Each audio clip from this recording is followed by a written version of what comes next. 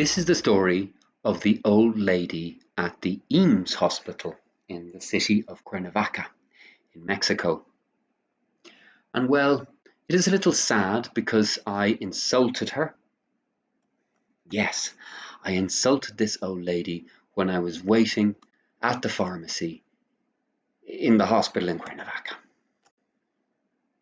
Dear, oh dear. Of course, I did not do it on purpose. I didn't want to insult her.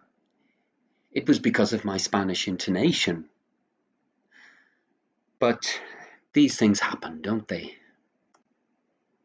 She thought I spoke Spanish well, you see. She also thought I knew how to ask questions with the right intonation. Oh dear, anyway. This happened last year. Recently. I was at the hospital, the IMSS hospital in Cuernavaca. It was a sunny day. I was happy because I usually stay at home. I work a lot at home, so I don't go out very often. That day for me, it really felt like an excursion, and maybe for her too. So I was waiting for my medicine in the pharmacy, and suddenly an old lady arrived. She stood behind me in the line.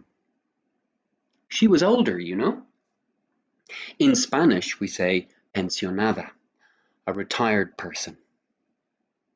So I said to her, well, I am not pensionado yet. I am only older, but not old, not yet. Hopefully one day I will be old, but not yet.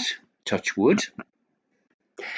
Anyway, I wanted to be polite, so I said to her in Spanish, Doña, there is a special line for you, for pensionados. I used a very polite tone, and she smiled. So my intonation was good at that moment. But then I said I said something else. I said, this line is for normal people. And the other line, well, not normal people. Maybe that was a problem because I spoke as if she was not normal, as if she was a little bit of an alien.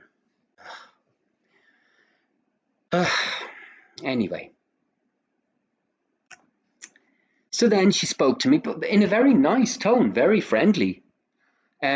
Maybe because she was old and I am older.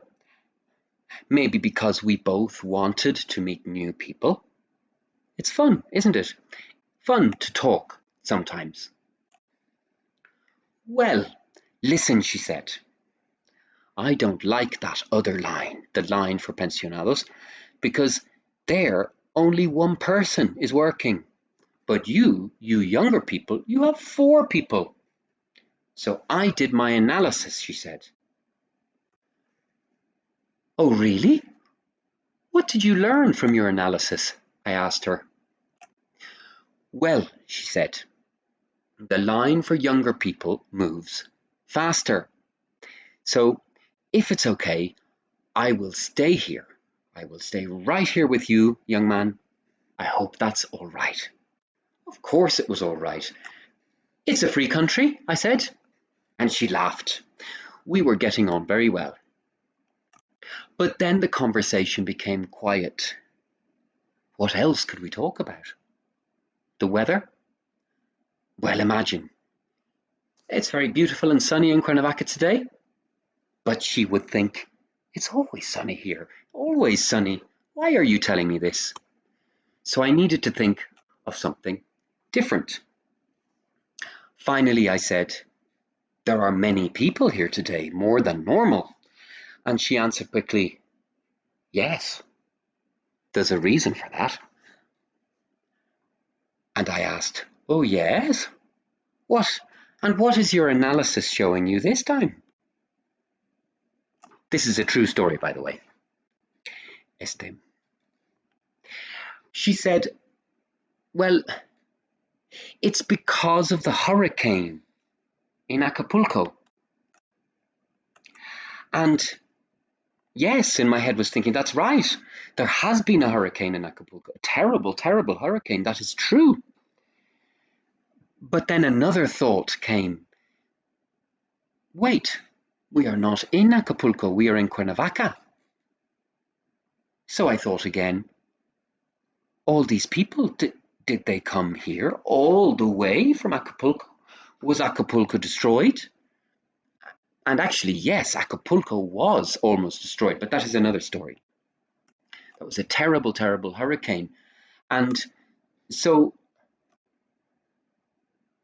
I was wondering, have these people come all the way from Acapulco? Of course, I was not thinking very clearly because hurricanes do not stop at one city. They do not limit themselves. The hurricane had affected a large area, maybe not as far north as Cuernavaca, but big parts of the state of Morelos, and Cuernavaca is in Morelos. So these people in the hospital, they were probably from other towns in Morelos. The IMSS hospital had opened its doors to everybody. It was an emergency. The service was open to everybody. People had many problems. Dengue fever, other sicknesses, stomach problems because there was no clean water. Some people had lost their houses. They had nowhere to live. So yes, the hospital was full of people, full of stories. And I was confused. I thought, why on earth? It's a 3-hour drive from Acapulco. 4 hours if you drive slowly. Still very far away. I really wanted to ask her a question because I was interested. I wanted to know, did these people come all the way from Acapulco? See, there is intonation there, a little surprise. It's clearly a question. But in Spanish, the intonation is different. And this is where I insulted her. I asked her in Spanish, ¿Viene de Acapulco? That means, are you from Acapulco? Are you, the old lady, are you from Acapulco? She looked at me as if I was the most stupid person on the planet. She really, very, very, very strange look on her face, because of course she wasn't from Acapulco. Well, maybe she could have been, but no, she looked more like a lady from Mexico City, a city lady, probably retired, probably enjoying her life in Cuernavaca after a very colourful past, maybe. And maybe it doesn't feel very nice when people think you are from Acapulco and you are not from Acapulco. Acapulco is tropical. The accent is different. It was obvious she wasn't from there. But I had asked, you see, ¿Viene de Acapulco? Are you from Acapulco? And what I really wanted to ask was, ¿Vienen desde Acapulco? Or something like that, you know? ¿Vienen desde Acapulco? It's a different question. That means, did these people come from Acapulco? See the difference? It's grammar, it's intonation, it's a different question. But I said viene, and viene can also mean usted. So she thought I was talking about her, not about the people. And that was it.